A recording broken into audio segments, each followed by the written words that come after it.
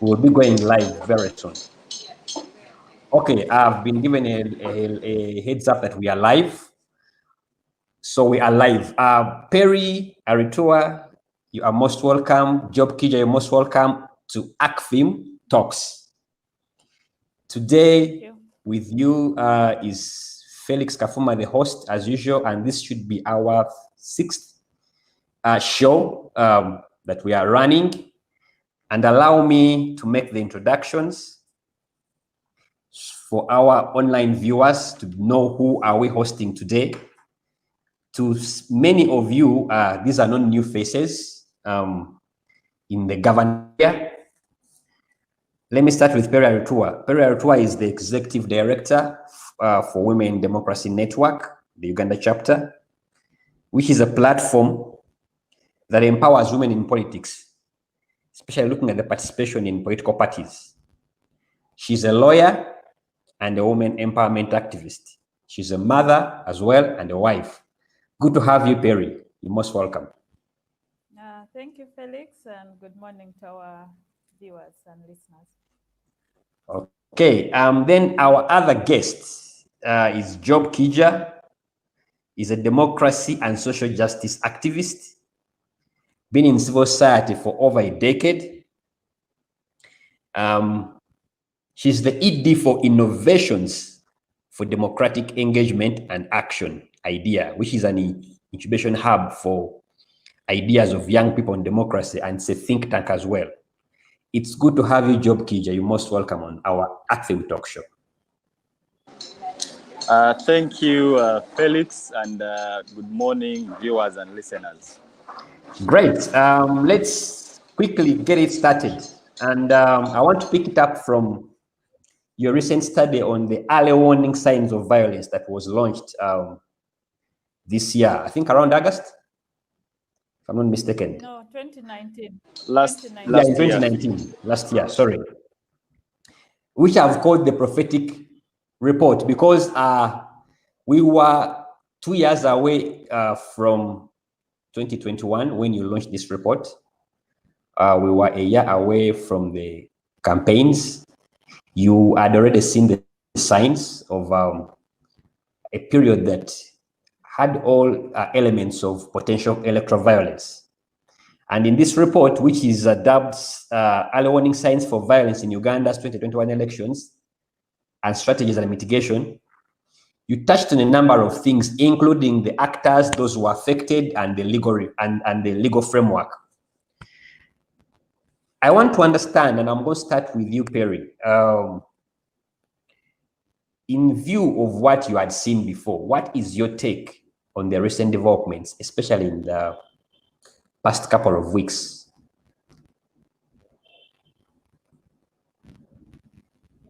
Thank you, Felix. When we conducted this study in 2019, we went to 13 districts of Uganda, which are spread in all the regions of this country.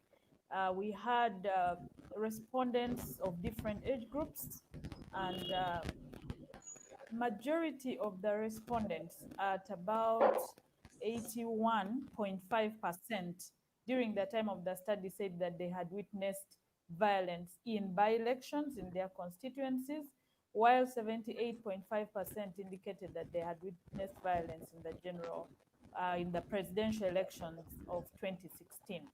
Now, what was very telling was that the respondents were very clear on the triggers of election violence.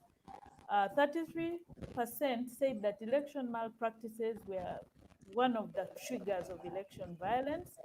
The other was the collision of candidates and supporters of different candidates, and the third was intimidation.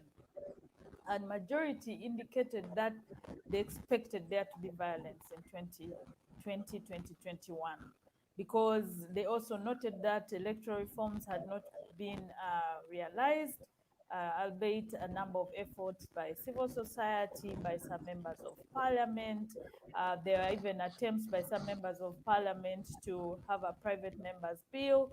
The Supreme Court had pronounced itself in the Supreme Court ruling of Amama Mbabazi against YK7 and the Electoral Commission, the only petition on the 2016 elections. And they had also, in the recommendations or the ruling of the Supreme Court, they had said that all gaps in the laws should be amended at least 2 years before an election. So by the time we did the study, which was in 2019, time had already passed. The 2-year threshold had already passed. So the population who were respondents to this study, it seems just new that because not much had been done in terms of addressing the short-term issues that affect elections, but also the long-term issues that mainly affect the youth, including unemployment, lack of opportunities. They predicted that there would be violence. And then, of course, they also indicated that there were conflicts which had not been addressed for long. You know, in districts like Kasese, they said that they had a conflict where there was, you remember the attack on the Renzururu Palace. They said that these were conflicts that would simmer, and if that were simmering rather, and that if they were not addressed then during elections, citizens usually find a way of expressing their dissatisfaction with a number of issues. So the signs were very clear. And the citizens then also indicated what needed to happen for some of these things to be resolved. And because the electoral reforms had not happened, there was a concern about the role of the security agencies. So what is surprising is that all these things have come to pass right now. You know, the lack of restraint of political security agencies as they enforce the law, the failure by the Electoral Commission to pronounce itself timely and really issue directives as the institution in charge of the elections in this country, as provided for in Article 61, Clause B of the Constitution, has really led to all these things. So we are not surprised. Wow, interesting. You've touched a couple of things. What is sticking out though is that you are referring to the unresolved issues that had propagated violence in the previous campaigns, still remained unresolved. The reforms, the electoral reforms, the socioeconomic challenges still persisted, but also unresolved conflicts. And let me at this point throw in Job. Job, I know you're an election expert, for sure. Are we looking at a recurring problem? Because we know 2001, 2011, 2016 have all been posted with challenges to do with electoral violence. So we are not in a new place. Probably what changes now is the magnitude and the scale. But I want to understand whether there is a pattern in this violence, or are we seeing differences this time around in 2020, 2021, especially when we are looking at the context of COVID, but also we are looking at the social demographics. Do we have a pattern, or are there differences that speak specifically to the 2021 elections that define the kind of violence we are seeing now? Job, can you hear me? I think I had lost you briefly. Job, are you there? I seem to have lost Job. Probably as Job gets on set, probably as you adjust. Let me throw Job. Can you hear us? Job, your microphone, I think, is disabled. Unmute it. Maybe you need to unmute. Yeah. Job, can you hear us now? Job? Okay, as Job adjusts the microphone, and let me throw this question back to you, Perry. Since you began it, then you end it. Do we see I know, is it a recurring problem?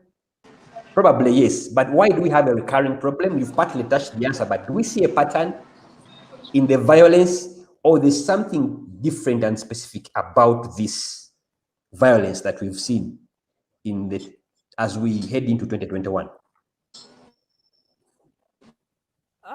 When you talk of pattern, maybe what has changed is we have a bigger youth population, and we know that a number of them have actually registered to vote. So they have a bigger stake in this election. I don't know, someone had said that they are almost 11.5 on the register.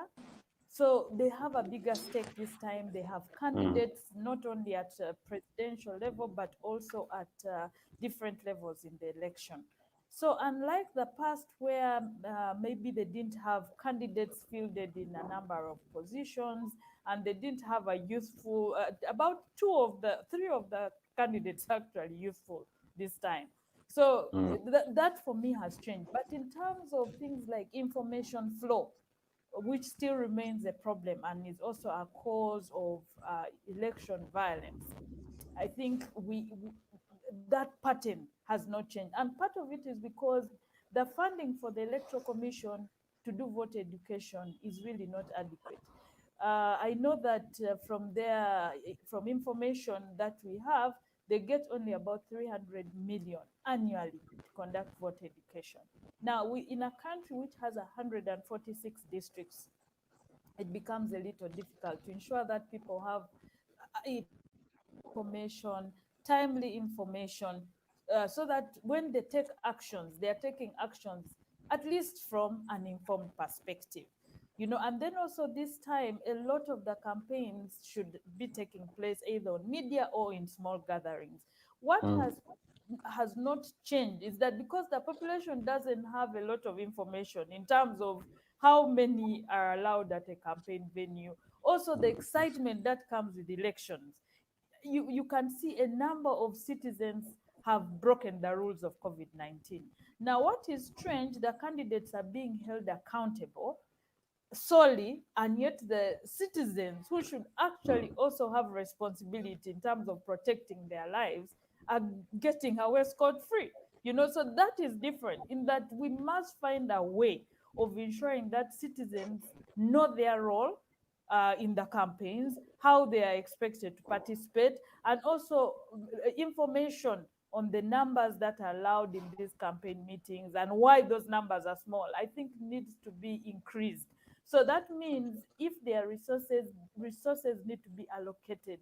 More resources need to be allocated to the Electoral Commission so that this information goes out widely. Because in my perspective, detaining these candidates for having citizens coming to see them will not solve the problem. So if we can come back to the drawing board, if the Electoral Commission can recall these candidates and forge a new way forward based on reality. And reality, I mean the fact that candidates, voters are flocking to these centers. Some are not even being, with campaigns, it's even hard to invite people. You can't say I'm inviting 200 people. Whom do you invite? Whom do you leave? So there are all those practical challenges, and I think it's important for the Electoral Commission to recall these candidates, have a discussion with them, but more information needs to go out to citizens in terms of their role in these new guidelines. Wow. I know for a fact that EC at some point engaged the candidates in a meeting that seemed futile. They again disagreed on the practicalities. I think the golden word you've used, that a practical way forward. I think the way forward was not practical enough. At this point, I want to bring in Job. Job, can you hear us? Yes, I can hear you now, Felix, although I don't know why the signal is so poor, but I can hear you now. At some point, I'd lost both of you.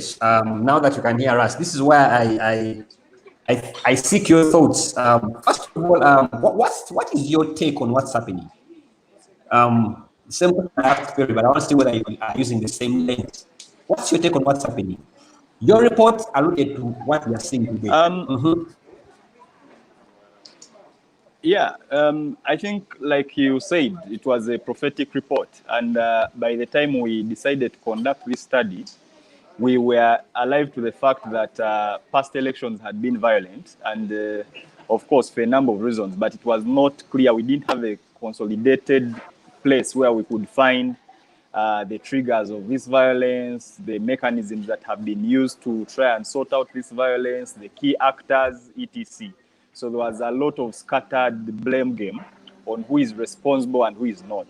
Now, I think the study that we did was very spot on. If you just get it and look at what's happening now, there's nothing new in terms of what we see going on now. Everything is documented in this study that we did. Two key things stand out. One was the role or what was called then the leading actors in this violence. And I think youth were pointed out as the key actors, as a key area where the violence would be positioned. And I'm pretty sure that from what we are seeing right now, we are seeing youth at, let me not call it the forefront, but we see them in the center of this violence. They are playing a proactive role. They are also the leading victims. I mean, if you look at the people that have been targeted, the people that have died, the majority of them are people that you would ordinarily say they are young people, below 35. Now, the other key actor, and of course, I remember having a conversation with Perry afterwards and asking, but is it really the young people or the youth that are the leading actors in this violence, or they are just the faces of it?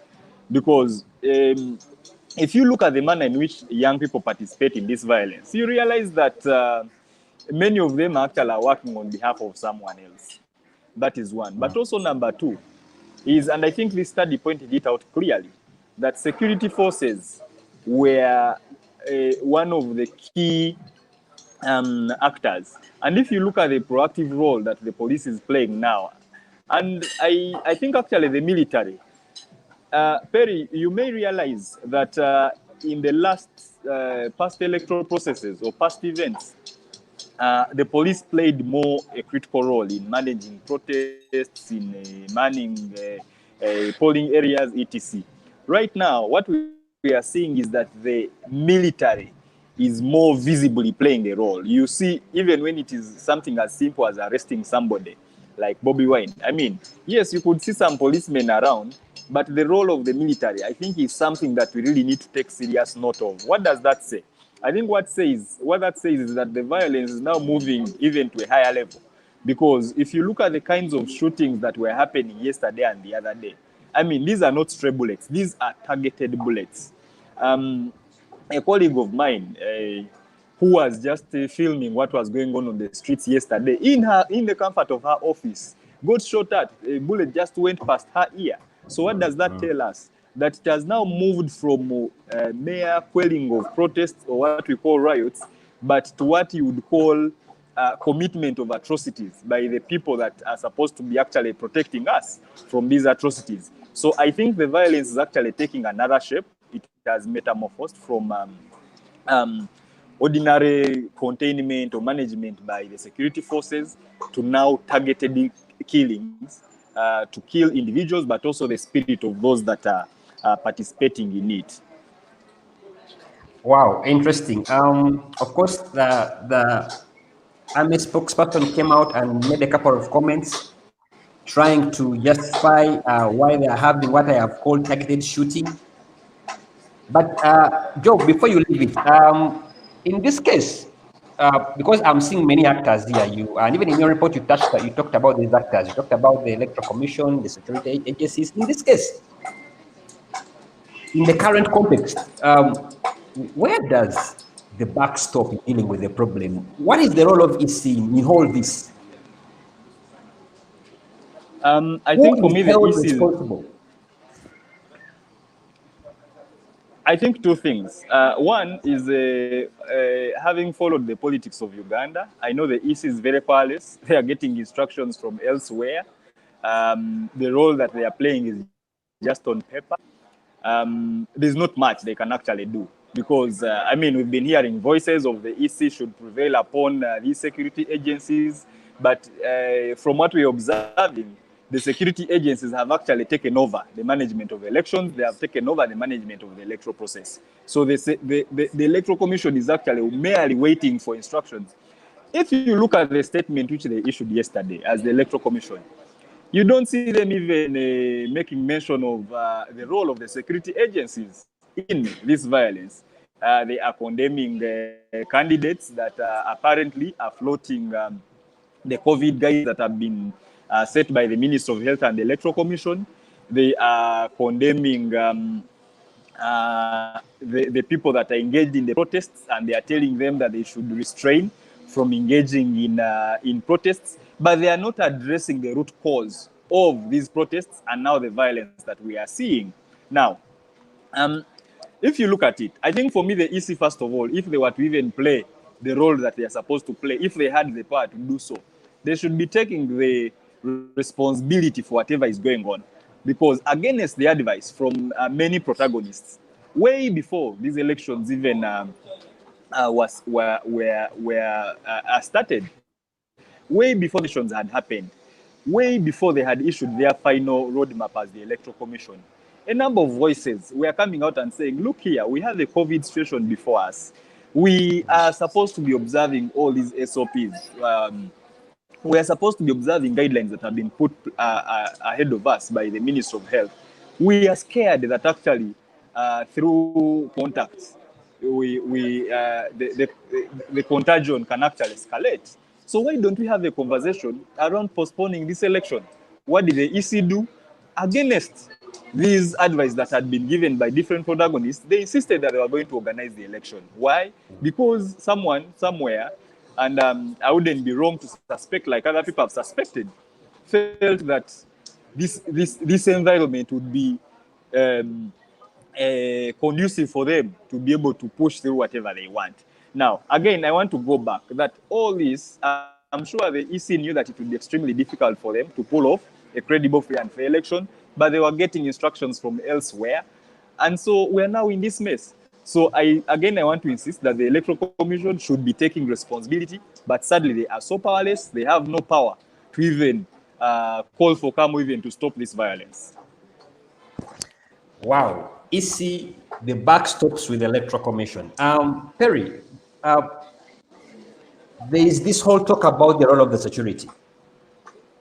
And I know for a fact that somehow, I think within their act, there is a support role security plays in the electoral process. And I know now this from your legal perspective, probably. Is it that the role of security is not clear in the law? Do we have a vagueness in the law, or is it a mere case of misinterpreting the law, or it's misuse and misapplication when it comes to how far they can engage in this electoral process as a support function? I'm talking about security agencies in this case. Okay. Maybe I just want to say something about the role of Parliament in terms of the current election that is ongoing. According to the Constitution, there's a time frame within which the elections should be held. And Yes. unfortunately, those provisions were not amended by Parliament. So the Electoral Commission found its hands tied because there is a time frame. They cannot act outside the law. So Parliament, having looked at the fact that we are in a context of COVID and that it's very difficult to organize small meetings because elections are emotive and there's a lot of euphoria, I think they should have amended the constitution to allow the Electoral Commission to organize the elections outside at a time frame that would have been revised in an amended constitution.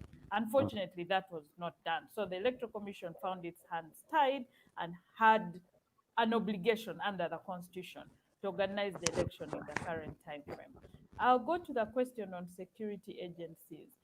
Article 211 of the Constitution is clear on the role of the police. The police is in charge of protecting the lives and property of Ugandans. That role does not cease during an election. They're supposed to be professional as they play this role.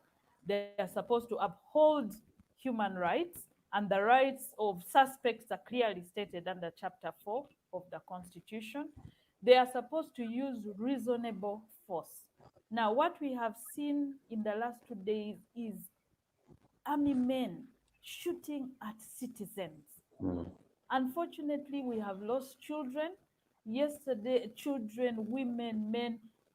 Today, I saw a post of a 12-year-old boy who is going to be buried today. You know, at 12, he's not even a voter, for crying out loud. You know, so a parent somewhere in tears. 72-year-old man. You know, he was allegedly at a forex bureau. Stray bullet. You know, so even the amount of force that is used to contain protests, I think, is just excessive. You know, there's a lot of, you know, live ammunition being used, you know, on civilians. It's not even it's not even fair, because it's not a war. This is supposed to be an election, you know. So the role of the police is very clear. The army is supposed to protect the territorial borders of this country. Unfortunately, the police has always argued that their numbers are not enough, so they bring in security. My question is, do they have any refresher courses or any orientation for the army men who are brought, you know, to work with the police? We also saw people in civilian carrying guns. You know, there were social media posts, you know, people moving with guns but not wearing uniform. Who are these people? You know, how do you hold them accountable? There are also videos of security agencies who had forces, even mostly men, who had removed their tags. You know, that tells you they also know what they're doing is wrong. Because if you're doing something right, why don't you want to be identified? You know, the colleague Job talked about, you know, where she was just recording. If you are doing something right, then you do not need to kill, you know. So for me, the Human Rights Enforcement Act needs to become a reality. Individual officers, either in the police or in the army, need to be held accountable. Citizens who also engage, you know, in actions that lead to life and property, there are processes that should be followed. You know, they can be arrested, but they should not be killed for trying to make their voices heard. And that's the sad thing, that if citizens feel that they do not have, you know, a way of getting their voices heard on the things they disapprove with, unfortunately, at times they resort to violence. And you know, the effects of violence affect even those who are not involved in the fight. The 12-year-old boy, the 72-year-old man, the lady who was carrying food, you know, maybe they were even unconcerned with what is going on. So it's important that the head of the security forces bring their people to order, because unfortunately, even if the EC is in charge of the Electoral Commission, the reporting mechanisms for the armed forces may be a little different.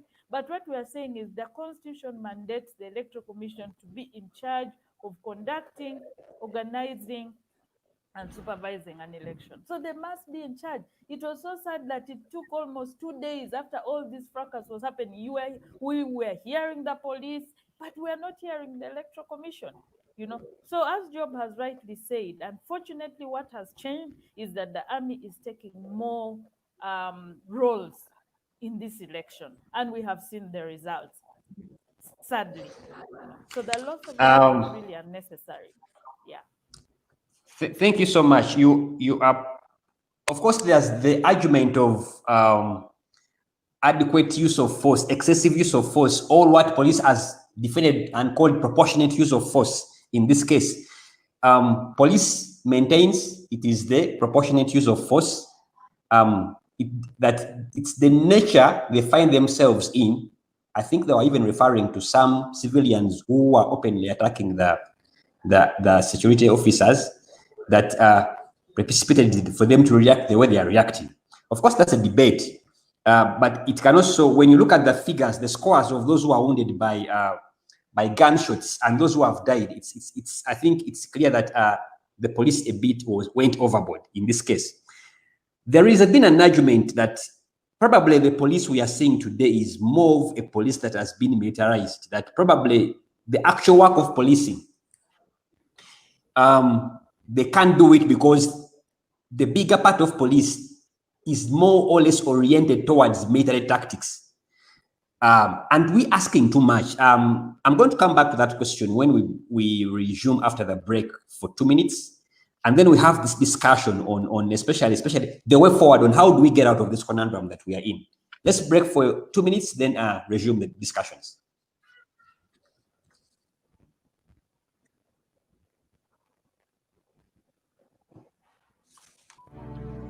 COVID-19 lockdown has left us poor. Money from candidates won't make you rich. Do not be desperate. Focus on issues, not money. Often money used in campaigns is dirty money. Do you know its source?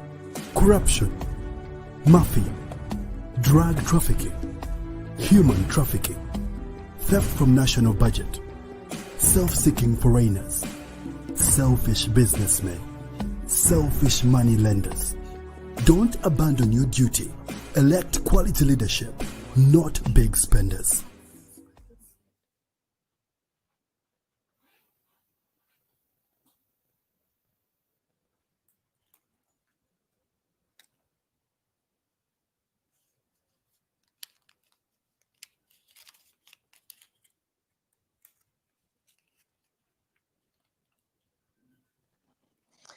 Okay, welcome back, our online viewers. We are still having a very interesting discussion that is timely and contextual. We all know what's happening. For the last 2 days, we've been rocked in back and forth demonstrations as a result of the arrest of one of the presidential candidates. But even before then, there were already signs showing that we are most likely to be having an action-packed electoral period that is colored with violence. A report by IDEA and WDN alluded to that back in 2019. And here we are discussing the same issues that are pointed out, unresolved, and yet again, they define how we engage in this process. And probably, if not, they might also define whether we shall have free and fair elections. With us in the studio, we have Perry Aritua, the Executive Director of Women's Democracy Network, and also Job Kija, the Executive Director of IDEA, Innovations for Democracy, Democratic Engagement and Action. Job, this whole discussion around the new face of the security in the electoral process, which you've alluded to, we are now seeing the role of the army more pronounced. And yet, ideally, the process at this point does not warrant the involvement of the army. So if I'm civil society and I want to take action, who do I sue in this case? If I'm to take litigation, if I'm to take a path of litigation, who do I sue? And what would be, if I'm to sue, what would be the charges? Is that directed at me, Felix? Yes, Job. I think what civil society, or not even civil society, anyone else that is interested in securing electoral justice or even justice in respect to the rights that are being abused, we need to do two things.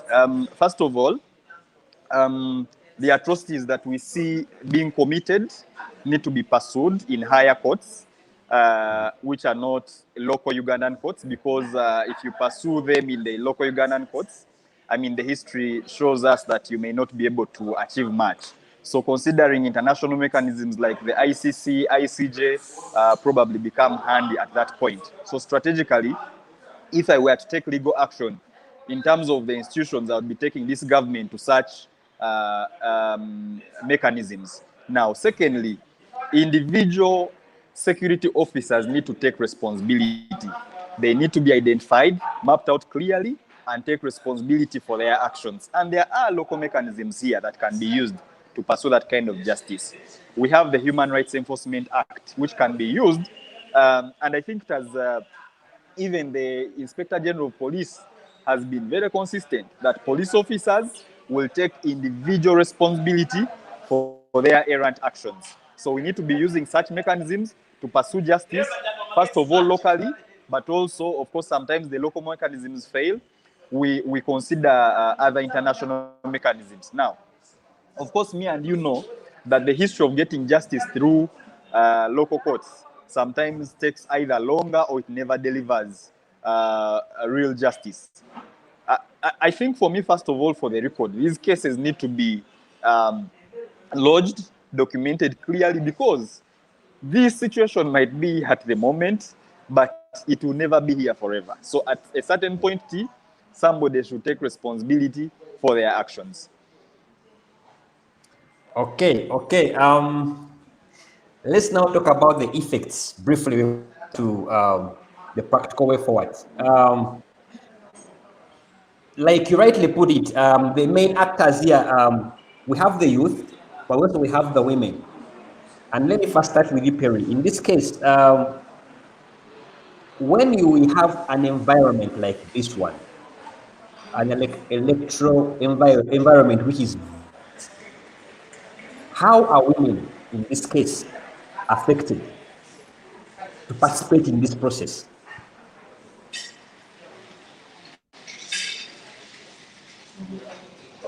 Perry, can you hear me? Perry, can you hear me?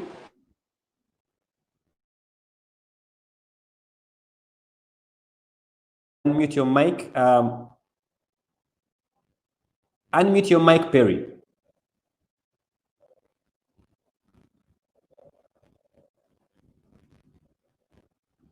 Hear you. Can you hear me? Yeah, now I can hear you.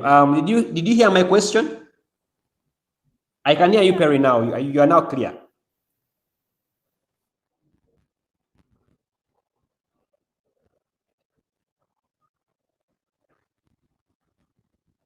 And I'm losing you again. Make sure your microphone is not in mute, Perry. Just make sure that your microphone is not in mute. I think you've muted it.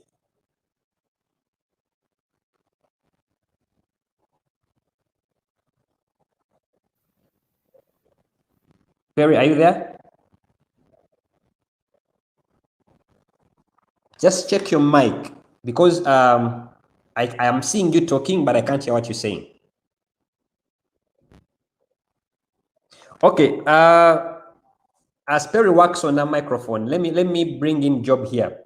Let me bring in Job here. Perry, as you work on your microphone, I think your mic is still in mute. Let me bring in here Job. Job, the youth. The youth are, it's an interesting group of people. They are, like you rightly put it, they are the majority when you look at the scenes of what happened and what has been happening. Even those who are attending the rallies, they are mainly youths. Where do we place this in the context of the participation of youth? You see, the argument of COVID restrictions not being adhered to, and then you have the electorate, they want to meet their candidates and hear for themselves what the candidates must say, majority being the youth. Remember, we have candidates who are of youth, appealing to the youth. And when violence breaks out, it is the youth in the middle of this, either as propagators of violence, but also as victims of security in trying to crack down the violence. How is this going to affect youth participation across board? I think, first of all, Felix, we need to start from the point where we note that youth, like you've rightly pointed out, they are the majority. I think the statistics show us that 76% and below of the entire population are young people. Now you start from there that they have a demographic strength, but also that means that they have, I think, a very important stake in the elections. That's one. Number two, that there seems to be deliberate exclusion, but also disenfranchisement of the youth. I mean, to start with, if you look at the cost of elections, it's really high for them, right from nomination fees. I mean, the nomination fees are really exclusionary for young people.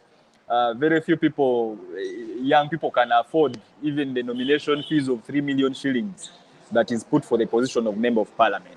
So that is one of the points.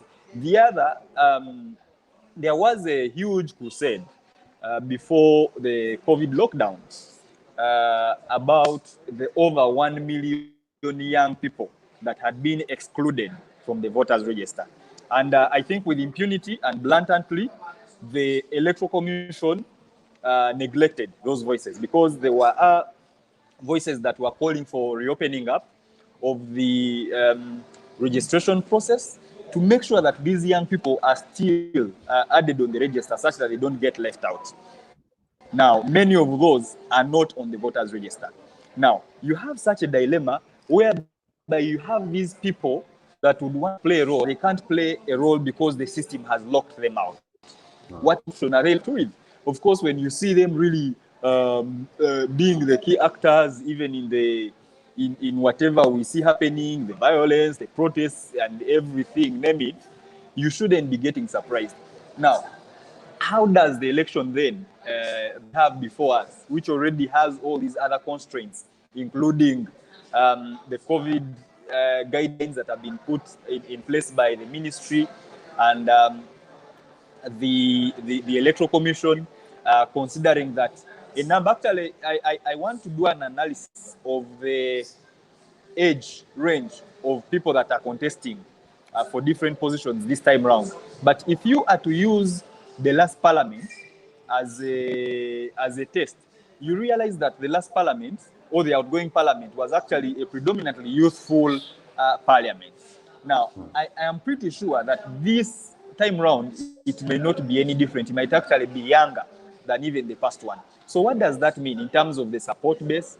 But also, number two, considering that young people, much as they are being tried to, we are trying to push them into the corner to use what we are calling scientific means of engaging in the electoral process with all the energy they have and all the resources that, the fact that they don't have even resources to use the so-called online mechanisms, the fact that they are being locked out from accessing media platforms.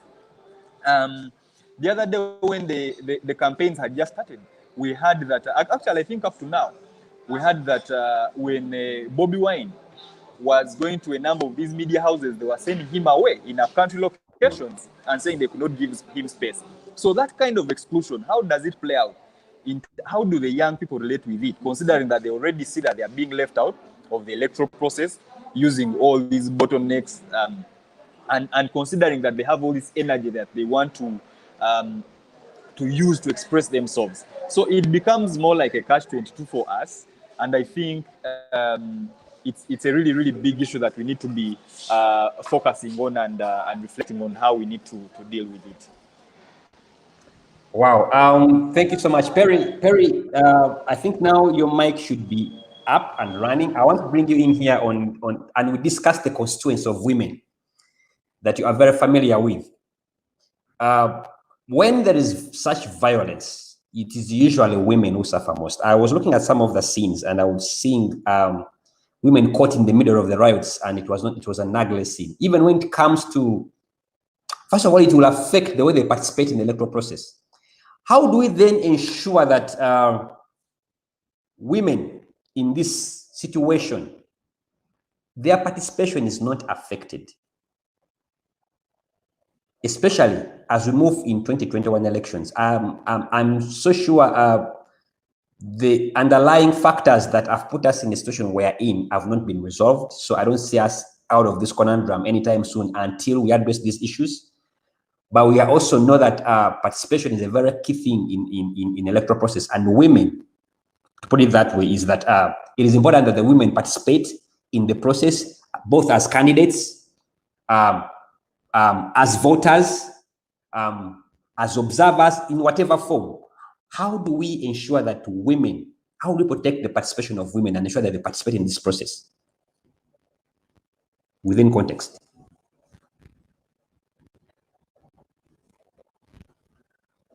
I don't know why Perry's microphone, I can't pick it. Okay, can you hear me now? Good. Yeah. Okay. Good. Yeah. So our report had showed that women are major victims of election violence, and when there's violence, at times women retreat. What I know is that this time, according to the figures from the Electoral Commission, women are more in terms of the voters by about slightly over 4%. It's about 4.2%. There are more female voters than male voters. So any candidate right now should be doing everything to ensure that, you know, they attract the women's vote. And how do they do that? One, the environment for participation must be peaceful, because as candidates, women have picked forms, they have been nominated, a number of them are campaigning. We have trained a number of them as candidates through our organization, other women's rights organizations. So it's important that the situation that we have seen in the last two days is addressed, so that we don't see women retreating.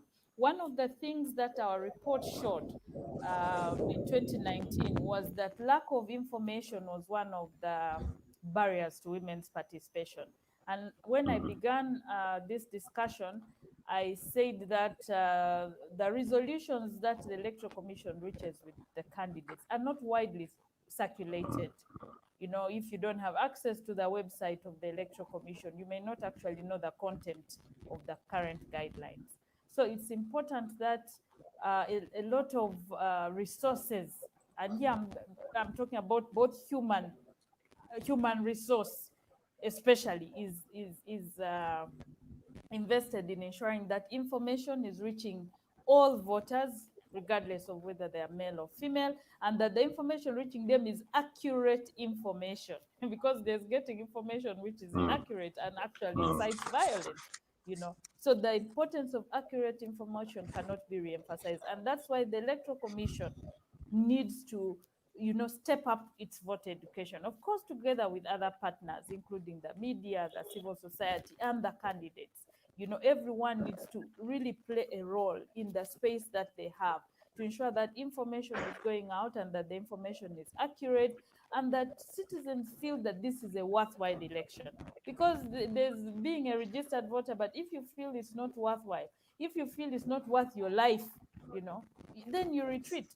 And that's why the conducive environment for participation is important. And those in charge, particularly the Electoral Commission, have a big duty in creating more confidence for the citizenry that the environment will be conducive following the last 2 days, that they are doing something to ensure that, you know, what happened is addressed, and the mechanisms that they have put in place need to be communicated to the citizen. Let's not only hold the candidates accountable for this election. Let's all of us, you know, be given information that enables us to play our role, you know, to participate peacefully, but to ensure that our voices are heard through the choices that we'll make on election day. And for me, ultimately, is that the votes cast should actually reflect the will of the people, because one of the triggers of election violence has been election rigging. So if people feel the election is rigged because of the process, then it becomes difficult for them to participate effectively. Wow. All of you are pointing to some similar recommendations, even when before we kind of like take that path where now I'm heading. But I want us to really discuss these recommendations within the context of Uganda. And I'm so sure Perry and Job, we know the context of Uganda. We know when you say EC take in charge, we know who appoints the EC and on whose orders EC acts. So, and I want us to be very practical here, because if I'm a listener and I'm following this discussion and I'm telling me EC take in charge, I'm like, okay, how can EC take in charge? How can EC be independent in the sense of being independent in this and really takes in charge and is seen to be in charge? All these things you're talking about, which are very good, and indeed they can solve the problems we are in right now. But let's sieve them through. And this is where I'm going to ask, what can we practically, in the current circumstances, which is feasible, can we do to have an election that is not marred with violence, given the history we have as a country? But also, two, the post-election, for me, which I think is even very important right now, because there are those who believe that they must win. There are those, irrespective of the results, they will think they were rigged.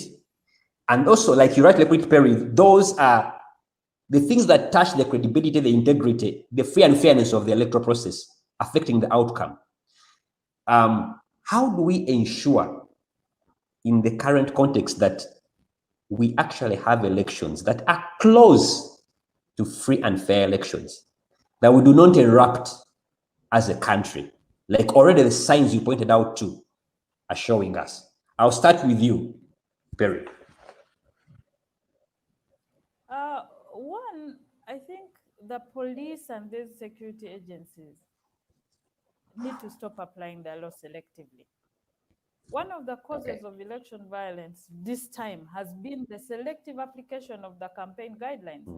NRM candidates are mobilizing supporters, blatantly, and the police is just watching. Processions are being organized. There was a video shared in Gulu, where people are just blatantly abusing the guidelines and nothing is done.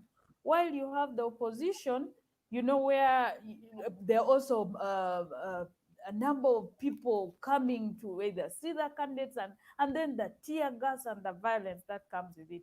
That's one of the things that causes violence. So instead of scapegoating and saying these are COVID guidelines, let us just go back to the drawing board and apply the laws equally.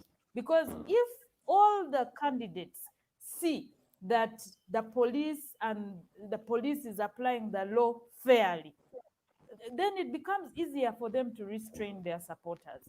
But if one side is being penalized and the others are going about this election like there's no COVID, it just doesn't make sense, So for me, it is about the leaders of the security forces really being true to this country and saying this needs to stop. We have seen a few cases, and there was a video shared by a journalist from NTV where an errant police officer fired tear gas. I think it was about 2 or 3 weeks ago, when the campaigns were gaining momentum.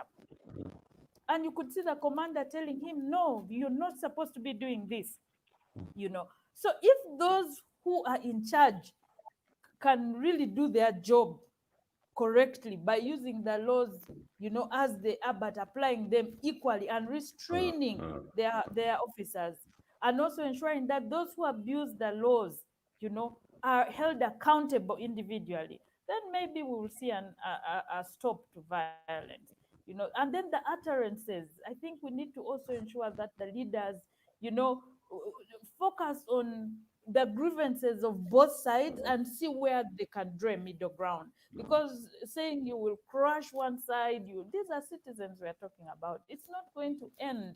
The underlying causes of violence, one of them is just not being heard. Citizens feeling they can't have an opportunity to be heard when they have grievances. So it's important that, and for me, that's why I'm focusing on the leaders, because the buck really stops with them. They are the ones who influence their supporters. And this is both the ruling party, the opposition. They have a big stake as leaders to really say that in terms of action, we are not going to engage in violence, but the police and the security agencies need to ensure that they enforce the laws equally. And the Electoral Commission, unfortunately, even when at times it seems like it's not in charge, they need to take charge, because that's their constitutional mandate. I don't know how they want to be judged after this, but they need to show that they are in charge. And they do that by communicating, by ensuring that we know the resolutions that are being discussed, and by doing what they can, because at this point, you cannot take away that mandate from them. You cannot say that now, because they are not doing their role well, we are going to allocate it to another institution. We can't do that. So we must continue to push and to advocate as citizens that the Electoral Commission plays its role in line with the Constitution. That's Fair actually enough. some of the recommendations that and then lastly for citizens, whatever our grievances, some of the statements that you see online or that you hear on the road can lead to violence. Let's find a way of coexisting, even when we disagree. With our And differences. You're it right. takes a lot of maturity. Yes, Yes. we must coexist because this is our country. We're not going anywhere. So even if I do not like Job, I must not tie my not liking Job to his ethnicity. No. At the end of the day, when we leave the borders of this country, we're Ugandans. No one really cares Yes. about where we come from. I know there are grievances, but we must rise above that.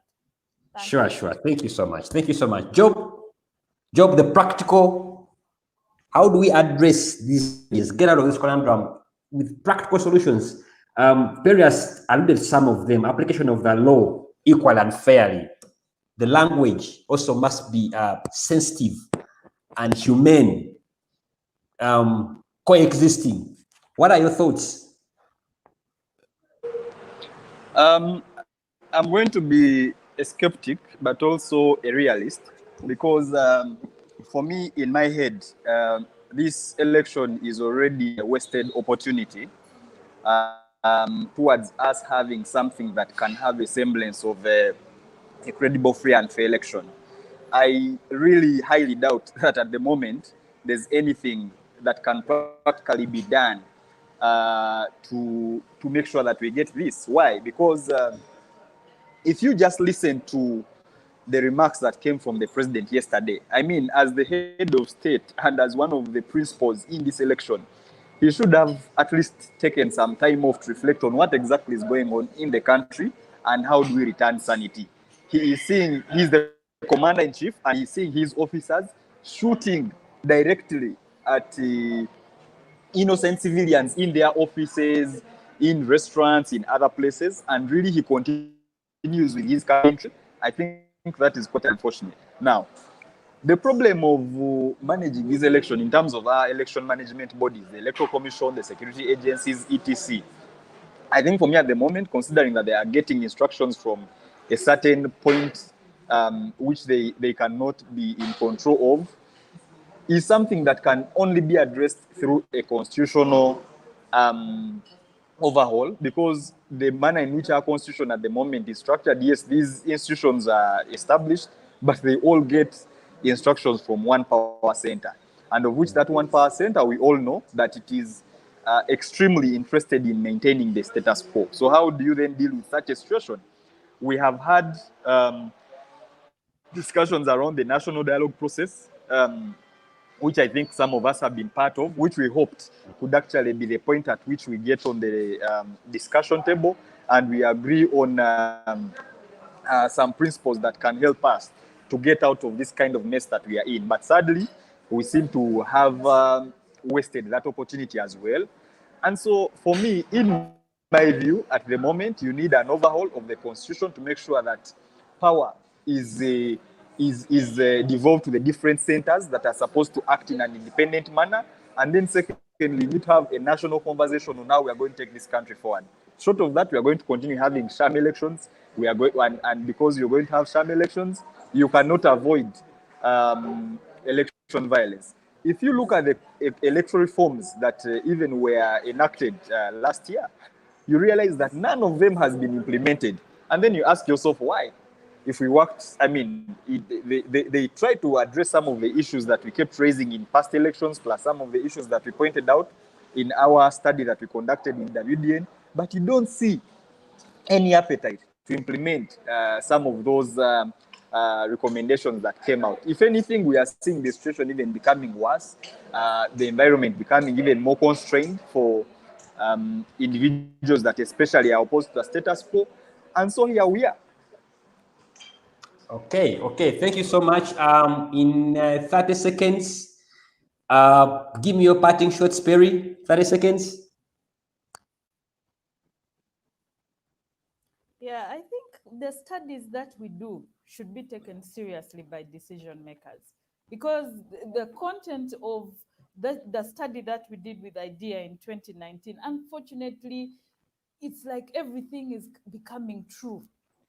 So when we do these studies, it should not be for people to say, oh, now there goes another civil society organization, but use the information and ensure that you then put in place strategies to address what citizens are saying, so that we don't come back in 2026 and we say, oh, again, we're back to this discussion. Thank you for the opportunity to have this discussion. Sure. It's been a very great discussion. Parting shots, Job, as we close this. I think for me, my parting shot is that the leadership must take responsibility for whatever is going on. We need to stop this blame game. The commander-in-chief knows it very well, that he's the one who is commanding the security forces. So whichever lives are being lost, whichever property is being destroyed, he should know that he is going to be solely responsible for that. Yesterday I was watching news and I saw that an NRM chairperson in Luwero had been shot at randomly by the UPDF. He had actually was trying to help calm down the protesters. To calm down the protesters, and then a military truck came from nowhere, and out of the blue they started shooting, and the NRM chairperson dies. So in this recklessness or the failure to take responsibility, the NRM is losing its people. We're also losing our people. And who is killing them? It is the security. So the commander-in-chief, as the person that is responsible for security forces, needs to take responsibility, prevail upon his officers to stop behaving in an errant manner, and take charge of the situation. Okay, there you have it. Thank you so much. This brings it to the close of our ACFIM talks. Till next Friday. Thank you. Bye-bye. Thank you, Felix. Bye-bye, ACFIM. Thank you. The monster of money politics is eating up Uganda's democracy. When you take money from a candidate, it means you are feeding the monster. Then you become a part of the problem. When a candidate who overspends on campaigns is elected, he or she will not represent voters but himself. He or she will engage in corruption to recover campaign money. Social services will not be delivered and the voter will suffer more. Voter, let's be wise. Give democracy a chance. Do not sell your vote. Focus on the issue.